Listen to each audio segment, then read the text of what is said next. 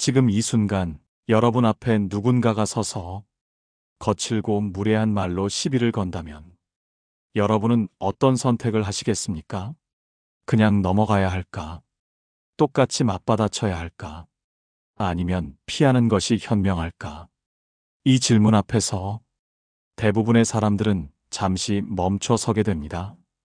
왜냐하면 감정은 이미 요동치기 시작하고 자존심은 스스로에게 명령하기 때문입니다.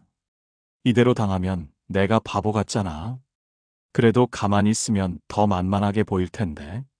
살다 보면 누군가 의도적으로 시비를 걸고 나를 불편하게 만드는 순간들이 찾아옵니다. 상사의 무례한 말투, 친구의 은근한 비아냥, 모르는 사람의 공격적인 시비까지. 그럴 때마다 우리는 감정과 이성이 싸움을 벌입니다. 화를 내면 지는 것 같고 참으면 더 억울한 것 같습니다. 그러다 보니 상황은 더 꼬이고 상대는 더 기고만장해집니다. 이럴 때 필요한 것은 감정을 폭발시키는 것도 억지로 참는 것도 아닙니다. 그저 한마디로 상대의 태도를 바꾸는 말입니다. 서울에 사는 방유정 씨의 이야기를 들어볼까요? 유정 씨는 어느 날 출근길 지하철 안에서 아주 불쾌한 상황을 마주했습니다.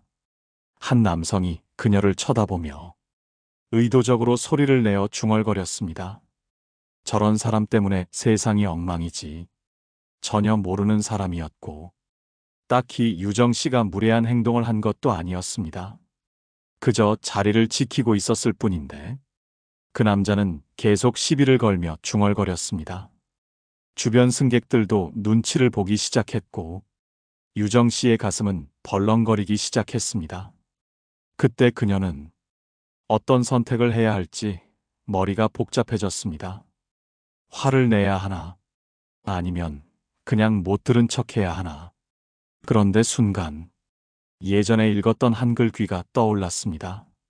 무례한 사람 앞에서는 상대의 공격을 받아들이지 말고 그가 얼마나 무례한지 스스로 깨닫게 만들어라. 유정 씨는 조용히 그 남자를 바라보며 단 한마디 했습니다. 그 말씀을 저한테 하시는 건가요? 상대는 순간 말문이 막혔습니다.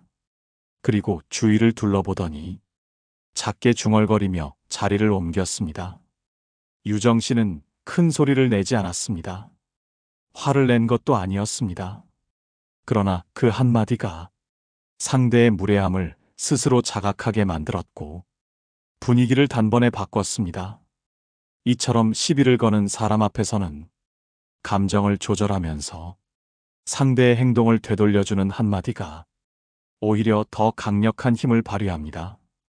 오늘은 이렇게 시비를 걸어오는 사람에게 현명하게 대응하는 3가지 말에 대해 하나씩 이야기 나눠보겠습니다. 다음으로 첫 번째 말이 가지는 강력한 힘과 그 말이 어떤 상황에서 효과적인지를 살펴보겠습니다. 첫 번째로 소개할 한마디는 바로 그 말씀을 저한테 하시는 건가요? 입니다. 이 말은 단순해 보이지만 상대의 태도를 바꾸는데 굉장히 효과적입니다. 왜일까요? 시비를 거는 사람들은 대부분 자신이 우위에 있다고 착각하거나 상대를 일방적으로 공격할 수 있다고 믿습니다. 그들은 자신의 무례함을 스스로 자각하지 못한 채 감정의 배설구로 삼아 상대를 몰아붙입니다. 그런데 이 한마디를 들으면 상황이 달라집니다. 그 말씀을 저한테 하시는 건가요? 이 말은 아주 담담하지만 상대의 무례한 행동을 바로 그의 인식 위로 올려놓습니다. 공격자의 입장에서 보면 자신의 말이 누군가에게 공식적으로 받아들여졌다는 사실을 순간 자각하게 됩니다. 갑자기 책임의 무게가 본인에게 넘어오는 것이죠. 이 한마디의 진가는 감정을 억누른 차분한 태도에서 더욱 빛을 발합니다. 화를 내거나 비꼬지 않고 그저 확인하는 듯한 말투로 건네면 상대는 당황합니다. 그제야 그는 자신이 얼마나 무례했는지 깨닫거나 혹은 적어도 더 이상 쉽게 공격할 수 없는 분위기가 조성됩니다. 실제로 상담 현장에서 보면 시비성 공격을 자주 당하는 사람들은 대부분 즉각적인 반응을 보이거나 아예 아무 말 없이 참는 경우가 많습니다. 그러나 이 두 가지는 모두 시비를 건 사람에게 더 많은 권력을 쥐어주게 됩니다. 화를 내면 봐라, 역시 감정적이군 이라며 상대가 우위를 확보합니다. 아예 피하면 이 사람은 아무 말 못하네 하며 더 만만하게 보게 됩니다. 하지만 이렇게 그 말씀을 저한테 하시는 건가요? 라는 한마디를 담담히 건네면 상대는 더 이상 쉽게 공격하지 못합니다. 심리학자 수잔 헬머는 공격적인 사람은 피해자의 반응을 먹고 산다. 예상치 못한 반응이 나올 때 그들은 가장 불편해진다. 라고 말했습니다. 바로 이 지점입니다. 시비 거는 사람이 예상하는 건 감정적 반발이나 피하는 태도입니다. 그러나 전혀 예상치 못한 냉정하고 차분한 대응은 그의 심리를 흔들어 버립니다. 여러분도 혹시 이런 상황을 겪은 적 있나요? 무례한 말 한마디에 마음이 들끓지만 어떻게 반응해야 할지 몰라 결국 후회한 경험. 그럴 때 이 한마디를 떠올려 보세요. 그 말씀을 저한테 하시는 건가요? 그것이 여러분의 차분함을 지켜주고 상대의 태도를 바꾸는 첫 번째 강력한 도구가 될 수 있습니다. 이번에는 두 번째 상황과 그때 사용할 수 있는 또 다른 현명한 한마디를 소개해 드리겠습니다. 두 번째로 소개할 한마디는 이렇습니다. 혹시 무슨 오해가 있으신 건가요? 이 말 역시 시비를 걸어오는 사람의 흐름을 단숨에 끊어놓는 힘을 가집니다. 시비를 거는 사람은 대개 공격의 흐름을 타고 들어옵니다. 그 흐름은 일방적인 비난, 과장된 지적, 그리고 심지어 사실과 다른 말까지 만들어내며 상대를 당황하게 만듭니다.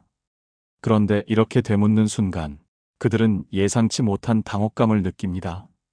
자신의 행동이 오해라는 전제를 깔아버리면 상대의 공격이 정당한 지적이 아닌 잘못된 판단으로 포장되기 때문입니다. 대부분의 시비는 근거 없는 판단이나 상대의 상황을 잘 알지 못한 채 자기 감정만 앞세워 벌어집니다. 혹시 무슨 오해가 있으신 건가요? 이 한마디는 그들의 공격이 명확한 근거 위에 있는지 스스로 점검하게 만듭니다. 부산에 사는 오명선 씨의 사연이 떠오릅니다. 명선 씨는 새로 입사한 직장에서 같은 부서 선배에게 자주 시비를 당했습니다. 왜 이렇게 일 처리가 느려요? 그건 기본 아닌가요? 내가 일일이 다 알려줘야 합니까? 사실 명선 씨는 이미 상사의 요구보다도 더 준비해오고 있었고 실수도 거의 없었습니다. 하지만 선배는 그녀를 자신보다 아래로 끌어내리고 주눅 들게 만들고 싶어 했던 것입니다. 그렇게 반복되던 어느 날 명선 씨는 조용히 선배를 바라보며 말했습니다. 혹시 제가 뭘 잘못 이해하고 있는 부분이 있나요? 아니면 뭔가 오해가 있으신 건가요? 선배는 순간 말이 막혔습니다. 늘 당당하게 훈계하던 표정이 사라졌고 잠시 머뭇거리다. 뭐 그런 건 아니고 그냥 좀 신경 쓰였을 뿐이에요. 라고 한 발 물러났습니다. 이 한마디의 힘은 상대를 흥분시키지 않으면서 공격의 정당성을 스스로 점검하게 만든다는 데 있습니다. 심리학자 윌리엄 글래서는 대화란 상대를 설득하는 것이 아니라 상대 스스로 생각하게 만드는 것이다. 라고 했습니다. 상대가 내 말이 혹시 지나쳤나?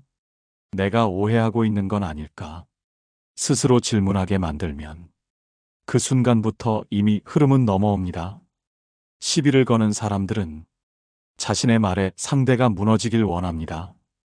그러나 상대가 오히려 문제를 객관화시켜버리면 그들은 더 이상 밀어붙이지 못합니다.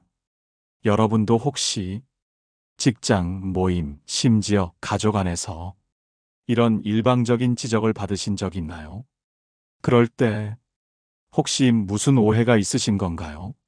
라는 한마디를 조용히 건네보세요. 상대의 태도는 놀랍도록 바뀔 것입니다.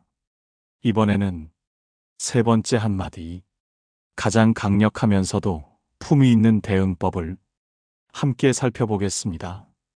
세 번째로 소개할 한마디는 이렇습니다.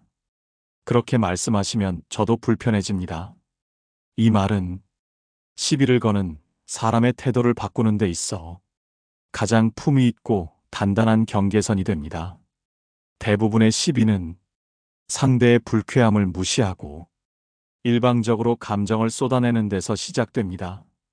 그러나 이렇게 정중하지만 단호하게 나도 불편하다고 선언하는 순간 상대는 더 이상 일방적으로 감정을 투사할 수 없습니다. 서울 송파구에 사는 김태형 씨는 오랜 기간 회사에서 무례한 상사로 인해 괴로움을 겪었습니다. 회의 중 상사는 도대체 이런 자료밖에 못 만드나? 이래서야 승진은커녕 자리 지키기도 힘들겠어. 라는 말을 습관처럼 내뱉었습니다. 태형 씨는 처음에는 웃으며 넘기고 다른 날은 꾹 참으며 일을 더 잘하려고 했습니다.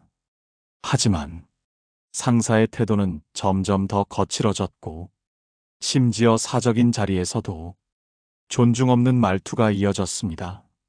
그러던 어느 날 태형 씨는 마침내 조용히 입을 열었습니다.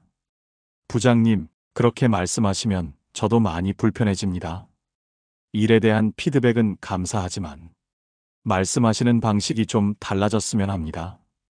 회의실은 순간 조용해졌고 상사 역시 당황한 표정으로 내가 좀 심했나? 하며 스스로 물러났습니다.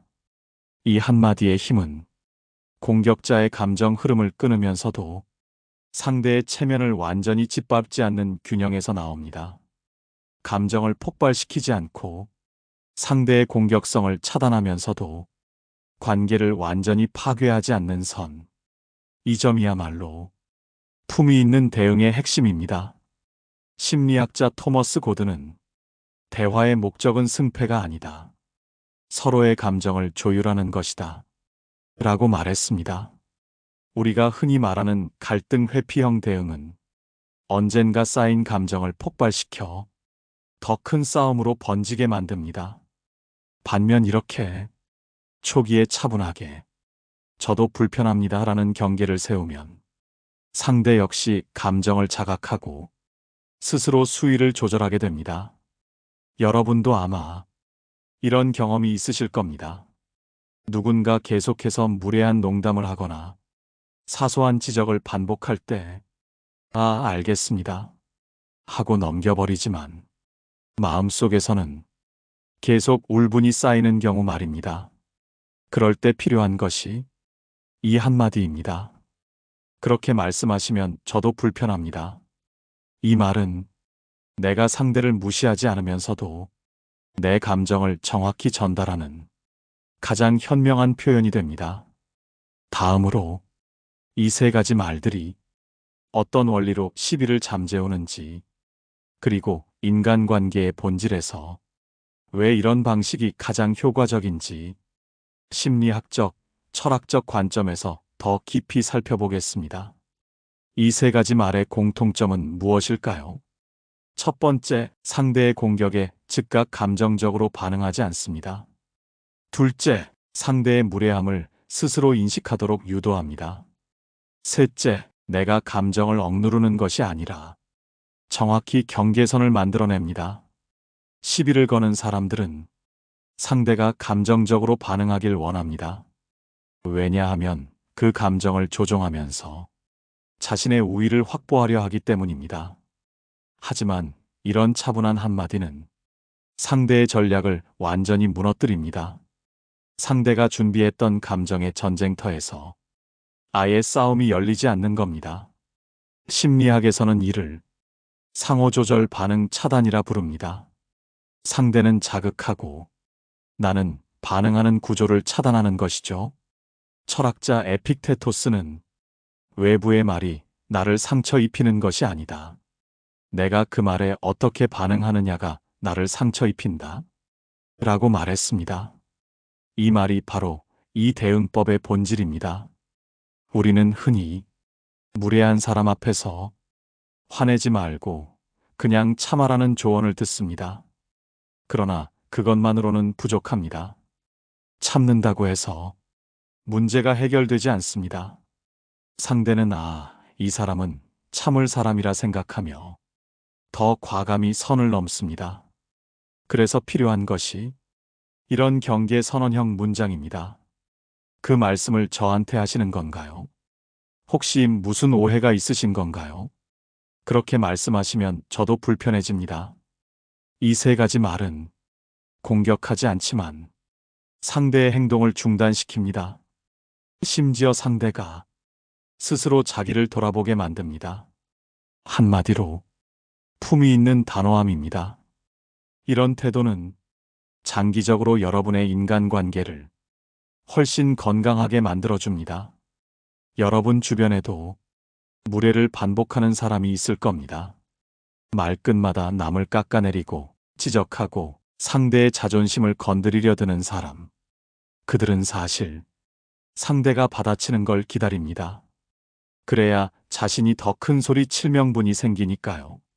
하지만 여러분이 감정이 아닌 정중한 경계선을 그어주면 그들은 스스로 수위를 조절할 수밖에 없습니다. 이런 태도는 직장, 친구, 가족, 심지어 낯선 사람과의 관계에서도 모두 통합니다.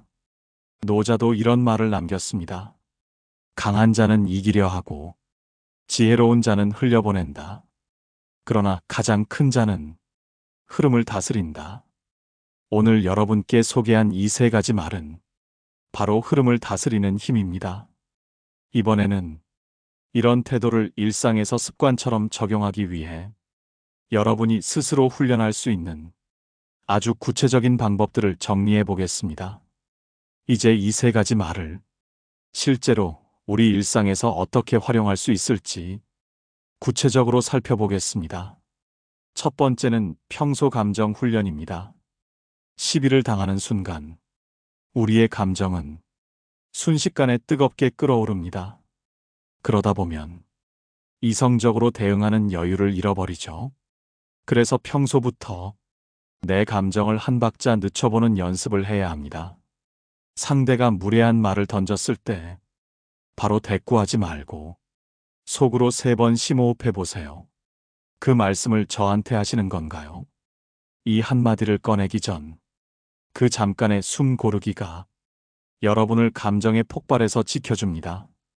두 번째는 거울 앞에서 연습하기입니다.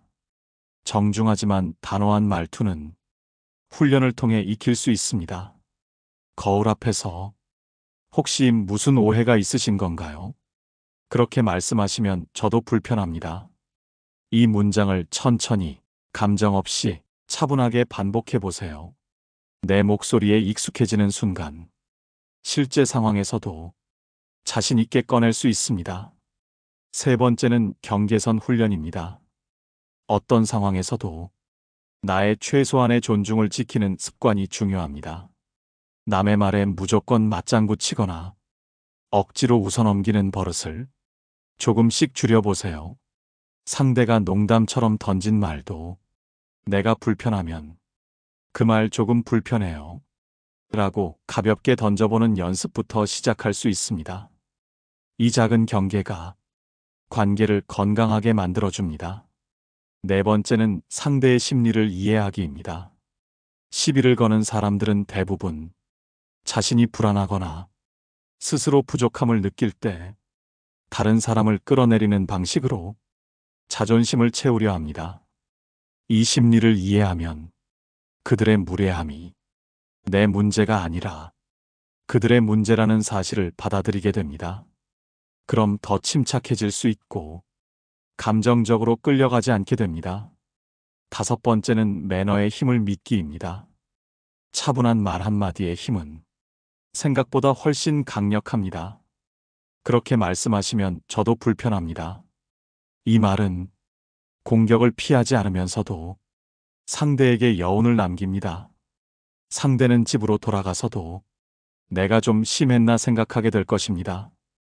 그리고 그 여운이 다음부터 선을 넘지 않도록 만들죠. 오늘 우리가 살펴본 이 세 가지 말과 태도는 결국 자존감을 지키는 방법입니다. 억울하다고 감정 폭발하지 않고 참아서 스스로 상처 입지도 않으며 적절한 경계로 관계를 건강하게 이끄는 방법입니다.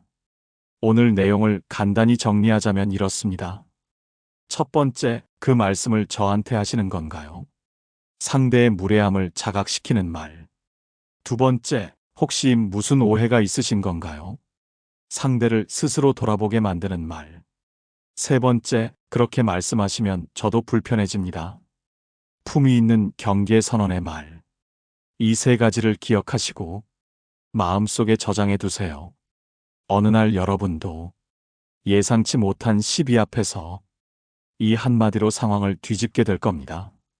오늘 방송이 여러분에게 작은 용기와 지혜가 되었다면 댓글로 여러분의 경험을 나눠주세요. 혹시 비슷한 상황에서 어떤 말로 대응해 보셨나요? 그 경험이 다른 분들에게 큰 도움이 될 수 있습니다. 좋아요와 구독도 부탁드립니다. 다음 방송에서는 더 깊이 있는 인간관계의 지혜로 여러분을 찾아뵙겠습니다.